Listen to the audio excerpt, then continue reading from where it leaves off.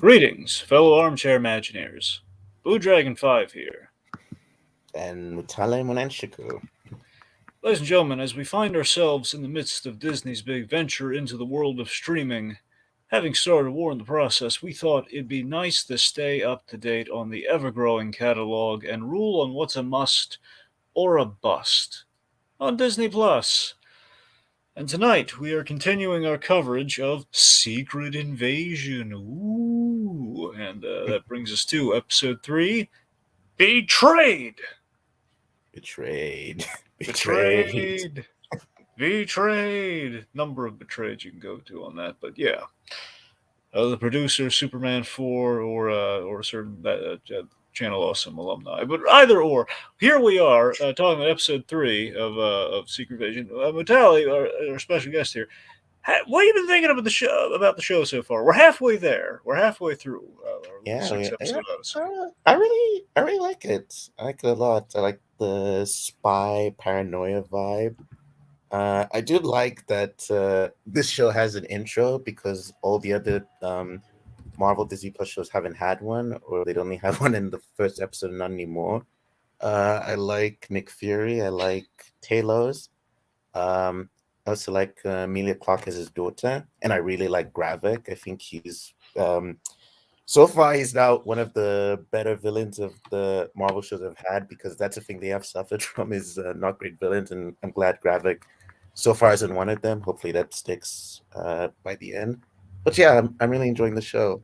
I'm not sure if it's like my favorite Marvel show yet, like some people are saying, but right now it's be Loki's my first, second is Moon Knight, and the third is Secret Invasion, and then my fourth would be Miss Marvel, She Hulk, Hawkeye, WandaVision, Falcon Winter Soldier, and What If. That's as far as my ranking of shows and where Secret Invasion is right now. I don't know. We'll see if hopefully we'll know if it'll change when the show finishes. But yeah, I'm enjoying the show. Okay. Yeah, so I mean, this week's episode to me, I thought was another very solid entry in our story. After everything, I think after episode 1, we really had a huge pickup in momentum, really delivering the whole like we're going for a Winter Soldier esque vibe with episode 2, and I think 3 continues that momentum in a really good way. It's very engaging so far. Story I think is still has everyone's interest, and threw some curveballs at us, and we are very much in the whole kind of espionage thing. Oh, can I say one thing? I actually Yeah. also like the violence a lot in this show. Just how like brutal it's getting. Like even though like it's not like rated R or anything, but just the violence, it's very like because like in this, we'll sure we'll talk about it, but like in this episode when Gravik's hand gets stabbed with there's a knife, and he just Yeah, pulls it's a it knife. out. Yeah. Yeah, it's just like ooh. And even in the first episode when for his name Ross, who's actually a Skrull, when he's Yeah, escaping, Ross and falls off the building. He's all yeah, and he just falls to the ground, and you just see the blood in his head. I just really like the violence in this show. But you know what the get out of jail free card is with that though. You know how they can get away with that, right? Hmm? They're scrolls. Oh yeah, right. Yeah, that's It's like true. the old like network thing. You can get away, like Batman the Animated Series or what have you. In cartoons, you can do the most violent, horrific things you want, so long as they're robots. Yeah, and In this even the case, so long as they're not human and they're aliens and they're scrolls. In this case, well, so long as they're scrolls, that'll work. oh, no, I guess also because I guess they have like pink blood, so they don't have red. Well, So you also technically purple, but okay, purple, it's purple. interesting though because it is the blood is supposed to be purple, but when they're incognito and they are in the human form, there is red blood, but the actual blood is purple. Okay, Yeah, I guess because they're humans. I guess because humans have human blood, so it'd still be red. yeah. I'm saying it's like going with the whole like shape shifting thing, so that's why it would be Yeah, red at least in the moment. It's the logic they're operating on anyway. So yeah, yeah, so this episode, I guess just to start breaking it down. So we start this episode. I mean, after we do like a reestablishment of okay, we have Super Scrolls on the table, which is awesome, by the way, that we're finally doing Super Scrolls. yeah. When I first saw it in episode 2, I was like, okay, Super Scrolls, and then because you obviously know about the Super Scrolls, like the Fantastic Four having their powers. When I first saw it, I was like, okay, so it's gonna have some other powers. When I saw it was like Extremis, which was like breathing fire, Groot, where he can like stretch. Uh, so it is kind of like yeah, they're trying to do the Fantastic Four powers, but they Yeah. don't. have the Fantastic Four yet. So just what? Oh, okay. Yeah, again, it's saying the idea is that they're sampling genetic material and DNA from like the basically our gifted or kind of enhanced individuals or alien individuals, and they're kind of so it's Yeah. the same principle. If they did come across the Fantastic Four in the future, they could still do that Oh, Super yeah. Scroll. I mean, in Yeah. Sure. theory, but yeah, Yeah. probably won't, but they could. They yeah, they probably won't, but they could, but they won't. Anyway, so but so far we've been really starting these episodes with these flashbacks on Fear, at least three so far. So here we have we're 98. So 98. Now And this is that's like 97. well, no, the last episode was 97. Now we're 98, aren't we? Oh yes. Sorry. That's the Yeah. thing because we started. Let's see. Well, we had like that recap for 95, which is when Captain Marvel took place. Oh yeah. Actually, yeah, that's true. Yeah. And then 97 was when Fury basically he's basically built the network of scrolls and he made the official addressment for him. And then this is 98. So Yeah. um, point being, year after working with the scrolls, after he's starting to climb up the ladder, which we call out in this episode really well. We see the love affair between him and his future wife, Vara the Skrull, who will become Priscilla the Fury. Mm-hmm.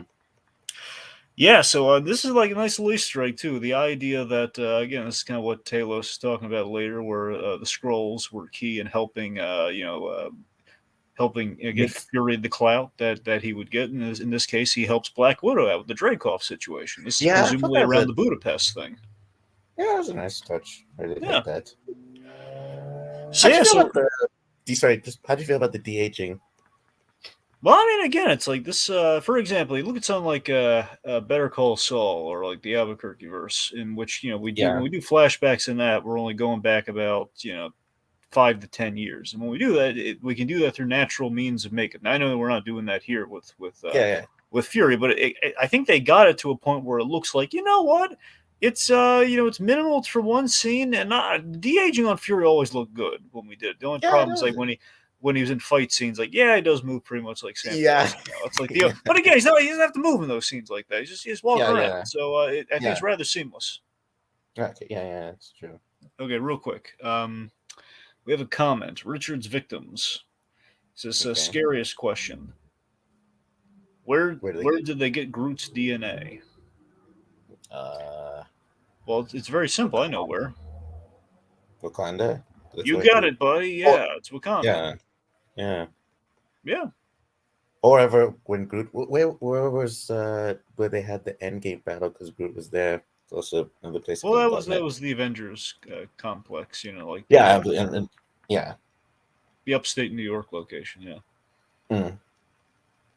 Right. So, but yeah, so Fury and Scylla, they we kind of go from then when they essentially decided to become an item to now when they're married. And this is like a big reveal because I was really geeking out about it because of course I love Winter Soldier and we have that great scene in Captain America Winter Soldier where Fury is having a coded conversation with Steve Rogers and his wife kicked him out and Yeah, yeah. it was unclear if he was just making that up for like the noise for like whoever was listening in, but apparently real, actually married. Yeah. Mm. Yeah. Mm. So we see there's a little bit of some trust issues going on here. Now, this is something in the show I've been wanting them to get into just a little bit more, but this is kind of getting again. We keep inching towards where what I'm looking for here, and this is a good thing here. Where see we still don't know what the heck happened with the scrolls per se because the idea is like did Captain Marvel really not do a good job in finding them a place since '95? Like has it Yeah, really taken that long? yeah, that's what it seemed to indicate. That I'm not sure if yeah, that's what they seem to be implying. Because even in the because we saw like the flashback to the first film where she like drives like she flies with them to Yeah, space. she's looking for a new home for the scrolls, Yeah, and that's where they were going. Now, here's the thing: I've been saying this since last episode. Is that the first episode I think was very ill defined of this because it really gave the impression that they forgot about the Captain Marvel movie where we left off with that here because Endgame they disappear and that's why the scrolls are without a home. It's kind of in parallel to the whole Flag Smasher, kind of the blip situation where people are kind of displaced because of the blip, and so were the scrolls. They didn't really their savior was gone, mm-hmm. and they had to make. Sorry. Yeah, they had tail. What's wrong? No, I'm sorry. I'm reading stuff. the old times. Oh, I'm okay. sorry, apologies. Uh, yeah. When you say save, you're talking about Captain Marvel, right? Yeah, it's the thing. It's like it seems like we've completely forgot Captain Marvel when in reality it's like it's like they're Well, addressing we it like say oh, that we're they're getting the only.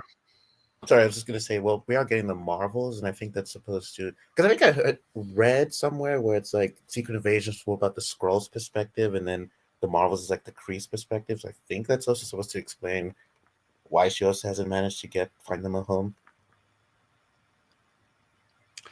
You're right. It's possible. I mean, there might be an explanation there, but I mean, you would also follow the logic of we're going to have Fury looking a little bit more Nick Fury esque, and that would probably be after this show. So he would probably. I don't know if it's going to be like. I mean, they could touch base on like what she's been up to because we always say Captain Marvel's doing stuff. And I guess the stuff she Yeah, was then, doing maybe will be an answer to that, maybe not. I don't know. It still feels. It feels a little ill-defined at the very least how they're presenting the information here because that seems to be a big gaping hole of like what was Captain Marvel doing from '95 to Infinity War, in terms of yeah. Well, and the first thing is it's weird that like even in like Guardians of the Galaxy, you wonder when Nova Prime was talking to the Kree about Rodan, it's like why don't they go to Captain Marvel? Like where was Captain Marvel during Ronan wanting to destroy Xandar? Maybe well it's weird the that Guardians never heard that's about it. that's kind of the superhero thing of like all the superheroes are busy on side quests and everything. Sometimes you can't get a hold of people unless you have that beeper. Yeah, I suppose also I guess it is a big galaxy, big universe, so you have to find Captain Marvel. Yeah, sure. So anyway, so I'm saying the point being is like this episode really gets in the heart of the blip side of Nick Fury, where she's really mad at him not for disappearing and not for like going to space, but for staying away for so long. It's the idea that he was blipped away from her for about 5 years, and then then he comes back and then he goes back into space by choice, and she kind of has to lose him all over again, which is really some kind of again him running away from his trauma, which again is kind of the interesting point of this show. We really dwelled on last episode. Fury's a little out of touch. Fury has, he was really sidelined by Thanos. His whole mission is kind of he's having a crisis of faith. Like the whole purpose of Yeah, what he does is to prevent a Thanos or an alien invasion and everything, and it happens. So what now? yeah. So now it's got like basically the Skrull third is kind of his redemption there. It's kind of him trying to make up for the Thanos of it all. Mm-hmm. Mm-hmm. Anyway, so he and his wife are a little on the edge. They're having some trust issues, and that's going to manifest by the very end of this episode. We'll touch on that later. Meanwhile, let's talk about the parlay in the art gallery between Talos and Gravik. Mm. Really nice setting. First off, the painting talk and all that. Yeah. So that's painting. Those are like men from World War One. That's basically what I got from it. I think so. I'm pretty sure it's what they were saying. Yeah. Okay, because he was talking about like the statesmen, how like they just show up the pictures while the soldiers go out fighting, and he brought up World War One. So I was like, okay, so like, Yeah. okay, because for some reason I thought it was when I looked at the painting, I thought it was like the painting of like the signing of the Declaration of Independence. That's the vibe I got from it. So I mean, it looks a little like that. I don't know. I could have sworn they said like World War One, but yeah, I he maybe said I World think War, like yeah, at first, yeah. I'm just saying when I first saw it, I thought it was like the signing of the Declaration of Independence. But when he brought up World War One, I was like, oh, okay, it's World War One. yeah, That's just something I just noticed. sure. So yeah, so of course we're grab again. So Kingsley Ben-Adir, this guy I loved him ever since I saw him in One Night in Miami play Malcolm X. This guy's a really good actor. I was so thrilled to hear that he was cast in this, let alone as the bad guy, and he has not been disappointing so far. This guy Yeah. has he's I mean I'm not a lot, this is kind of the go-to a lot in the MCU, but he's got a bit of a Killmonger thing going on, very much. Yeah, it does. Oh, and he's also going to be Bob Marley, and he's going to be a Ken in Barbie. Well, I know about the Ken and Barbie thing, but I did not know about Bob Marley. That's interesting. Yeah, so yeah, I think Guy's got hopefully, range. yeah, Guy's a I literal think the show's chameleon gonna, in this show. yeah, I think the show's gonna make it more, give it more recognition. Yeah. But yeah, so he's talking about the painting kind of relation to there's a lot of jealousy between the generals here. So the idea that he's they talk about I forget if it's like an honor duel or what. It's an honor something like an honor battle, and it's like there. I think it's a little foreshadow. There's probably going to be a battle for leadership scrolls between these two Yeah, down the line. and also, like, sorry, what were we gonna say? No, no, go on, go on. Okay, I was gonna say like when he talks about well, I think no, it's Talos who talks about, oh, he's gonna tell all the humans what he did, and Talos is hopeful that humans will understand. Okay, there's Gravik, who's one of the bad scrolls, and Taylor's one of the good scrolls, and sort of just Taylor's still hoping that there's still good in humans that they'll understand. And I thought that was just very interesting, and how just Gravik sees no, the humans will not accept them, and it's better they just annihilate them and take the planet. I think there's like a layer of the. Do you remember the Zeta Project at all? I don't. What is that? Yeah, the spinoff from Batman Beyond with the robot. Oh yeah. Okay. Yeah. Yeah, of course, the Zeta Project. The premise being it's a robot who was designed and tasked with killing and replacing a man for an undercover assignment, and he ended up developing a conscience in humanity and all, et cetera, et cetera. So it seems to be a similar premise. One could argue we're doing something a little similar to Talos, where he took over, like a position of authority on for Shield, and he kind of maybe fell in love with humanity, and he kind of developed like a fondness for him potentially. Yeah. Mm-hmm. In doing so, kind of something tantamount to a Zeta Project.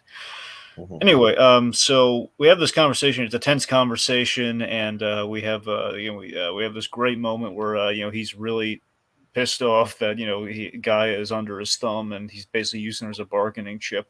Oh And yeah, and when he's yeah, go sorry, I ahead. was just gonna say, and when he said you're lucky I didn't put it in a body bag, and it just like set tits Taylor's off right away. He grabs him, and then we have like our money shot from the trailers that we finally do in this episode. We have like all the graphics. Basically, reveal everyone in this gallery, little dining area is a It's Skrull. all there's yeah. They're all It Skrull, and was they're all really on cool. his side. Mm-hmm. Also, it's a nice visual image that shows the allegiance that they have right now. They're all shape shifting into him for a moment. They don't need to do that, but they are. Yeah, yeah, I was thinking about this. Like, oh, do they really need to like change to him? But then when you just said that, showing their lead, yeah, that was actually it was pretty cool. Yeah. All right, let's see. So then, yeah, it's an intimidating symbol for sure. Mm-hmm. So let's see. So then he ultimately we have this bit where he threatens Gaia again, or he says it just says her name casually, like a really derisive way, and he's then just bam stabs him in the hand, and he just Mm-hmm. says like, yeah, you from now until the end of time, you don't get to say my daughter's name. Mm. Talos is cool. Ben Mendelsohn's awesome. Yeah, he's really good. He's really Yeah, good. he's gone so far from his role in The Dark Knight Rises. Oh yeah, I remember Everyone that. forgets about it. Plus, he had like that not so great American accent in that movie too. Where's Wayne? When are we he gonna kind get of some? he kind of does it in Captain Marvel, like when he's the yeah, he does that accent when he's trying to pretend to be that Shield director. Keller. Yeah, Keller. Yeah, Keller. I mean, still though, I think they came off a little better than the whole. He always sounded like I don't know. I can't really describe what he sounded like. But he always had kind of that like you could tell he's really kind of forcing the accent. There was always so he just basically he sounded like a really prissy guy. But apparently it was just Yeah, like him yeah, masking the natural accent that he's got. The whole like, can we get some girls in here? Where's Wayne? yeah. Yeah. Oh, you are Mm. dumb for coming here. Anyway, so, but yeah, so good stuff here. Anyway, so he threatens him, and then as he removes, the blade from his hand after he leaves, we revealed he's turned himself into a super scroll. We see one of the powers on display with extremis. Yeah, yeah, Yeah, heals the hand with the glow and everything. It's not just like a healing factor. It's like, oh yeah, it's extremis, which gives him possibly fire, most likely fire powers as well as healing powers. yeah, So yeah. I'd probably have it. yeah. Mm. All right, let's see. So, speaking of Talos, Fury and Talos, they had a real big falling out last episode. It's a really compelling scene, and we do something similar here during the Old English Breakfast. Mm-hmm. Yeah, so this is really nice. Talos, he's in the right for being upset with Fury here, but then again, Talos did lie about the whole million scrolls on the planet thing, so I don't know, it's a little even. Yeah, yeah. Goes both ways. So this is, a lot of hurt feelings here, and Fury, he has to apologize and give Talos the recognition he really deserves here, that, he needs to admit that he needs help from Talos here. Mm-hmm. Yeah. So yeah, so Fury, we took a lot of Fury's tools away from last episode when Rhodey fired him. Yeah, yeah. So now he's relying on the likes of Sonya. Sonya, I love that Sonya found the little device on the owl, so she gave it an eye patch. Yeah, that was really cool. That was really cool. Yeah. So I mean, someone on Twitter actually talked about it'd be cool to see Sonya and Val from Falcon and Winter Soldier if they ever meet and they just got bickering with each other, Yeah, which that's actually the would be thing. A lot. cool. Tiki and I last episode we discussed that. Even though it's only really been like, I mean, I know she's been in both episodes up to this point, but still, what we do get with Sonya in the screen time that she's had has been a lot more of a sell than we've had with Val. Because Val, they're building to a long con, but then again, we did have like a whole subplot with her Wakanda Forever that was like, oh meh. Yeah, So it's kind of like it's interesting. Olivia Colman just like in like the brief like a scene per episode has kind of stole the show. You know. yeah, yeah, Okay. So anyway, so let's see. We have we're going to see Bob, and before we get to Bob, we have this little conversation in the car. I call it the dog conversation, where it's really funny. There's this runner in the show so far of like Skrulls and dogs, where Graphic likes dogs. Talos yeah, just doesn't get them. yeah. That was interesting. It's interesting. Yeah, because again, the dogs being kind of the man's best friend sort of analogy here, and this leads to this really I like how we keep having this runner too. And this is going off the Winter Soldier thing, where you have like an analogous conversation that then turns severe, like the elevator conversation in Winter Soldier about Nick Fury's grandfather, and then to the whole like new security, the kind of debate about security. Yeah. And last episode we had the whole tell me something I don't know, story to Oh, yeah, yeah, yeah. this And then this episode. also, and we also hears where it talks about how basically the scrolls basically helped Fury climb up the ladder and shield, and just how because he even brings up like you're smart and capable, but just if it wasn't for us, you wouldn't be where you are. Yeah, he'd be a desk jock. He'd be a bench warmer. Mm-hmm. That's because he was, and we saw it. And Fury's also been really lucky and in the right place at the right time in Captain Marvel. While resourceful, he did. You get a sense this is how he built the cloud of like, okay, so the scrolls gave him intel that would be very that would allow him to know certain things and be the menacing, kind of like Nick Fury sees all, knows all, even with one eye sort Mm-hmm. of reputation that he has. So they kind of like give him the clout to do the Avengers. So that the scrolls were saying we might not be able to have the Avengers project go on Yeah. potentially. At least if we give him the clout to have like a whole like Operation Pegasus sort of thing. Yeah. Yeah. All right, Yeah. let's see. So so the revisionist history thing, and there's a really good line too. The whole like I love how Talos is like, "It's been my pleasure, mate," but don't rewrite history to the guy while he's in the car. All right, so then we have this. So Fury's retort to all this is priceless to me, and Sam Jackson's just having a field day in Y- this episode. Yeah. Where you're going, Yeah. No. No. I was gonna say no. Yeah. You're right. You're right. And I think when he talks about after we do this, then we can. Then he said, "Yeah. So we also did this together." yeah, the runner, like let's so we can say we did this together. Like it's still this whole. Do you remember Bob? Bob, we talk. Yeah, Bob, the guy whose house we're at right now. We're here, or do you want to hurl some more abuse my way? Uh, It's really, really funny. Anyway, so then I got him. There is a logic thing that did occur to me in this episode. I've been wondering this for a while in this series. If the scrolls are able to tell other scrolls in the skies or not, and the answer in this episode seems to be no, they can't. what do you mean? As Well, think in, about it.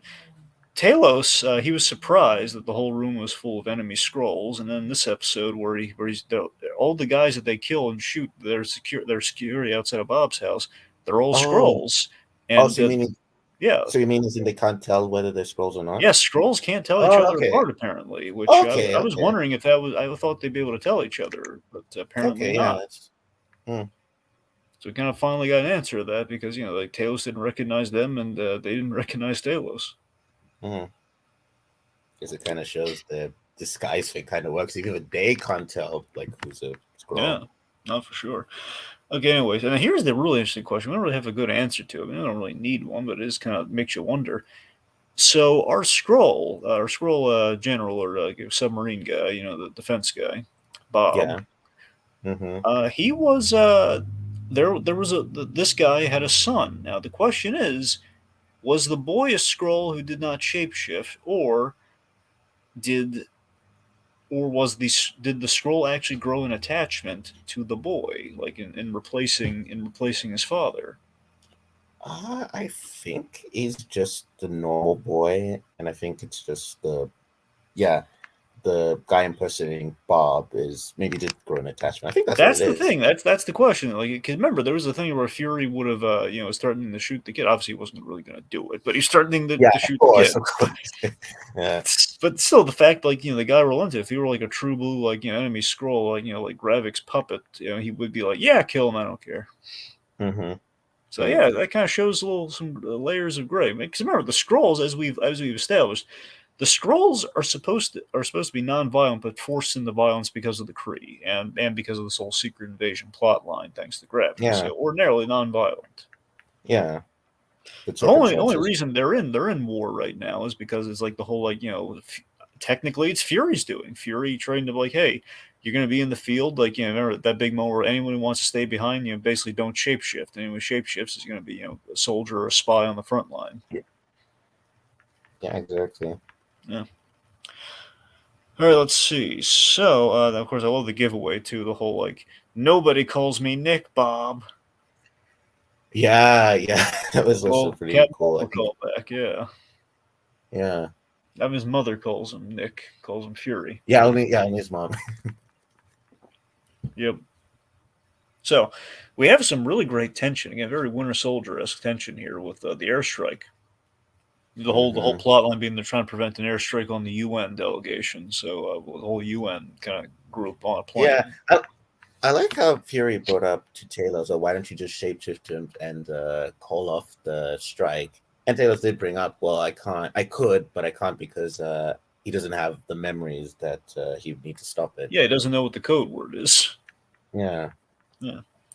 So again, things got really desperate and tense, and even shooting the guy wasn't going to give him results. And then, of course, Talos eventually just shot the guy himself. And what they had to do was he had to basically blow his daughter's cover, which has really sad repercussions.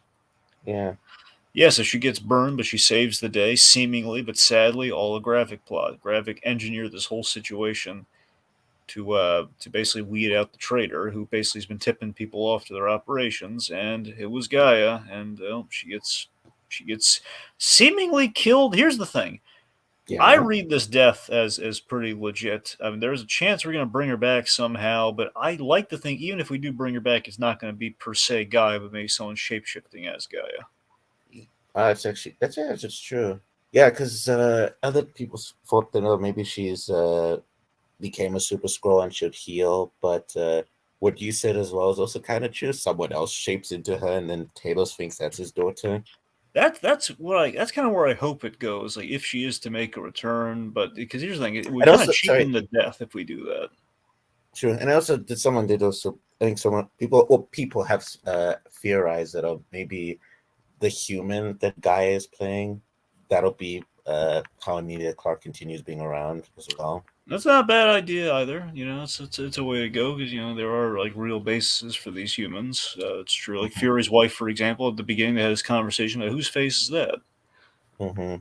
So I mean it's possible. It's the fact though that I really respect that they went this grim in this episode. That there was a cost to this, and Talos's daughter just got killed. She's dead because when Skrulls die, they revert back to the Skrull form. Yeah, They get yeah. shot in the human form. So oh god, she's actually yeah, wow.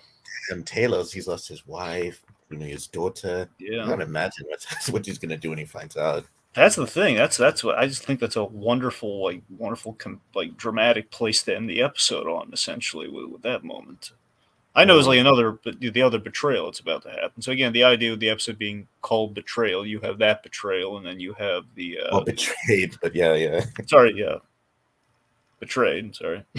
Hmm. So with that, you have that one. Then you have Fury's wife potential. I think this one's look. If I'm a betting man, I'm going to say this one's like a spoon feeding misdirective. Like, okay, she's not actually betraying him. Yeah, I He's think going I to be have a feeling she's not. she's either going to be undercover or something, or something's going to happen. But we don't know. I mean, it's possible. Yeah, Given how dark we go on the other stuff, it's possible, but I don't know. Yeah. Oh, and also we got the confirmation that yeah, Brody is a Skrull because Well, he's the that's one. the thing. So this is interesting because it just says man on phone, but if you listen to it, it does sound, and the line itself too sounds exactly like Rhodey. So I'm pretty sure it's Rhodey. Yeah, it's probably it sounds like I'm 99% confident it's Rhodey. The voice sounds too similar because I So don't know this who else it you're could be. right. It does bring about the question though of if the very least this Rhodey is a scroll, that bears the question: has Rhodey because we almost did the Ross. There was a thing of like Ross probably was not a scroll the whole time, like since Black Yeah, yeah, Panther. Because that was yeah, just yeah. probably because think about it, like he was broken. He got broken out of his situation at the end of Wakanda Forever, so he would not be like an actual agent anymore. So that was kind of the giveaway that okay, something's off here. Hmm. And on the flip side, Rhodey. I did the Yeah. math on this since last episode. Since they said Rhodey learned about the scrolls 15 years ago. Now Rhodey did not get blipped. Now, if you do the Yes. math on that, again, as much math as we can, because I think there was a bit of a retcon because of Spider-Man: Homecoming, but let's just table that and not factor that Yeah, in. I can just ignore that. I don't consider it. But yeah, Regardless, continue. essentially the way they put it, Infinity War, from what I understand, that corrected things basically saying when the movies came out, that's essentially the year they took place in, essentially. So Yeah, yeah, roundabout yeah, way, factoring in the blip and roughly a 2 year period after the blip where we're at right now, let's just say we're looking at 2010, which is when Iron Man 2 happened. hmm Roughly. Again, there's might be if you want to split hairs, you could say, well, Iron Man 2 takes place 6 months after the first Iron Man. But again, let's yeah, yeah, yeah. roughly let's say around the juncture of Iron Man 2, which again, if Rhodey he at least learned about the scrolls at that point, but if not, you could another way of looking at it is we could have a meta reason for why we have two different Rhodys in the MCU. Oh, like Now, with I'm not saying it's like one for one, mind you, because if you really split the hairs, I was like, wait a minute, wouldn't he have to look exactly like Terrence Howard either way? But no, it's like yeah, it's like a yeah. meta thing of like, okay, so we've changed roadies in a big way. If they want to really go retroactive and say, yeah, the whole time it's been a scroll, but I don't That think they're would be going to go that surreal. far. But that's the question though. Do you think they're going to go that deep on it though? Or what if? Oh, even better. What if Bruce Banner's a scroll, and that's why it's Gruffalo instead of? No, that's the thing with the Hulk and the scroll thing is like they would have to have a super scroll at that point. It's not going to Yeah. work. No. Yeah. But Sorry, what were you seriously gonna say? though, well, that's what I'm But saying yeah. though. Yeah, I could see. So, like, basically, yeah, he's been a scroll since like Iron Man 2. Is that what you're Yeah, suggesting? that's what I'm saying. The question is, do you think they're going to go that deep? Because the charm of Secret Invasion, the story, from the little that I remember of, because I always remember the ending of the Secret Invasion comic more than I do that story itself. But I haven't read the comic, but I remember the episodes in the TV show. That's as far as I remember. well, I do remember the whole Somebody's Heroes take on that, but I don't think it's like one for Mhm. one what that comic was. But Sure, sure. regardless, I already kind of went through this at like the first episode. The most I knew about Secret Invasion was the aftermath, in which the end of Secret Invasion, Norman Osborn kills the Skrull Queen, and that's how he raises the prominence and becomes Iron Patriot, etc., etc. Hmm. And Deadpool the reason I know that is because Deadpool had a role in that story, and that he actually got the intel for Nick Fury that Norman Osborn stole, and Deadpool wanted his money that Norman Osborn cheated on him. Okay. So that's how I know about the ending of Secret Invasion predominantly, and then All everything right. else is kind of casual. Regardless, it does the big draw of Secret Invasion's characters you thought you knew had been scrolls the whole time. Hmm.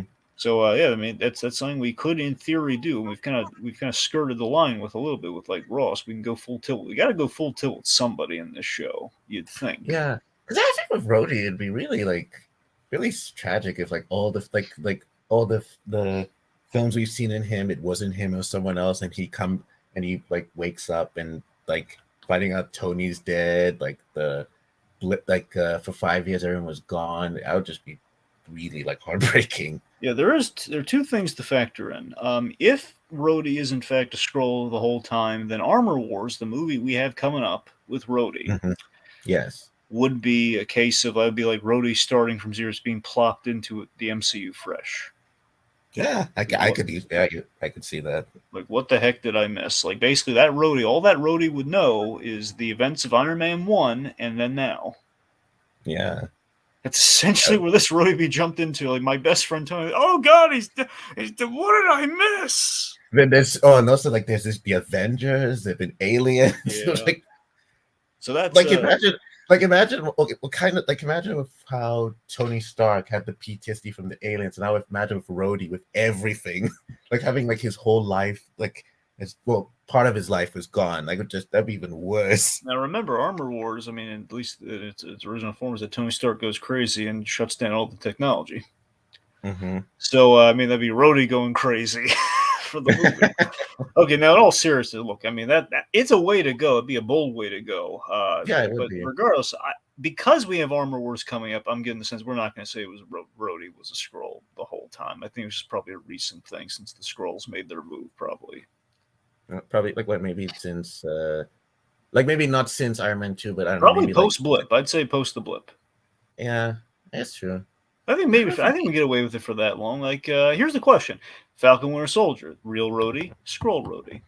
Sure. Hmm? Yeah. I also thought, well, what if maybe since from Civil War afterwards, maybe he wasn't a Skrull as well. I mean, that is a way to go, but then again, the Skrull would really have to commit to, okay, well, yeah, I get bum legs now. Yeah, that is. That too as well. Yeah, that's the other thing to factor in there. So say like there's been a Skrull that Skrull is Rhodey's been a Skrull since Civil War. So when Rhodey in Endgame when he talks about killing baby Thanos, that's something Rhodey would do, but the Skrull would definitely do that. There you go, yeah. So that'd just be funny to look back in that movie. Oh, so when Rhodey suggested killing baby Thanos, it wasn't Rhodey, it was a Skrull. Yeah. Oh, actually, okay, I'm going to give you this, okay? Here's something we actually should consider. Mm-hmm. Now, again, just based on, the whole loss of Tony Stark thing, I don't think ultimately they're going to do this, but I think the point in which he would have been swapped out is the 2-year jump in Infinity War, like between basically right around like Black Panther, in which we check in, like, basically go from between Civil War and Infinity War, somewhere between that period, like after that movie, because remember he's answering to Ross, so like when he's a little more high, he's kind of a little more of a head honcho, he's Yeah. answering to I think that's the point, which, because again, it's a Skrull ascending in government, or now Yeah. realistically, sorry. What's right? So realistically, Yeah. what we're probably looking at here in terms of the actual Skrull replacement is going to be whenever he became the right hand man to the president, like whenever that's in charge of the security. Yeah, I can see that. Yeah, so Okay. that's Yeah, probably when he actually directly became a Skrull. I think it's the actual answer to that question. The rest of this is yeah, speculation. I think that one's the actual. yeah. I have a feeling. Yeah, that's what they'll do. It's a good reveal, though. Think of it, because everyone's in their mother has been going as expecting, and I won't be surprised by this. The president's a Skrull, and we're going to kill him off somehow, and then that's going to lead to the opening for Harrison Ford. Oh, yeah, that is true. Okay, I'm That's not going to very. be shocked by that, but the whole like Rhodey was a Skrull too. What? Mm-hmm. Yeah. Mm-hmm. So yeah, I mean that's pretty much what we're looking at there. I mean, of course, Scylla, she's getting the gun, and she's going to meet Gravik. Mm-hmm. Yeah. Mm-hmm. So, any speculations you want to get in there? Because we kind of reached the end of the episode. I mean, is there anything we're missing? Anything you want to talk about? I think. No, I think we talked about everything. Yeah, I think we covered most everything. I guess as far as speculation, um, we know there's what's gonna happen is there's like a scene of them like driving on a road, and there's like a helicopter. I know. I wonder if that's the next episode or the fifth or sixth. That's as far as like I was speculation. I'm unsure. I don't know. Well, I just saw that was in the trailer, so I'm just thinking of this when would that happen? Probably in the next episode, because I don't know, helicopter. I mean, how intense did the helicopter look? Uh, when I saw the trailer, it looked quite intense. I was saying could be I don't know if it's gonna be episode 5 or 6. In that case, if it's looking really intense. Mm-hmm. Yeah. All right. Well, I mean, I guess just to round things out. So again, you're feeling the episode, right? No, Oh yeah, I'm really enjoying it. Really enjoy. Yeah. Yeah, Well, I I've think enjoyed all the episodes. It's pretty good. the episode one was really worrying, and I'm so glad that it picked up the way I hoped it was. Yeah, I liked episode one, but I thought episode two was a lot stronger. I'll put it this way: episode one was not bad, but episode one was very much like, oh boy, the MCU has kind of lost the step in momentum these days. After phase four was the experimental phase, and five's been kind of been a rocky start. So it's the fact Mhm. that like we really need like a win from the outset. Like feels like one of those cases where again we should have premiered maybe with two episodes to really say, okay, guys, Yeah, we're I was setting the thinking. I was stage, but thinking. then we're going to give you something really good. Yeah, I felt that too. Because yeah, only Hawkeye is the thing that had like the 2 episode premiere, and they never done that.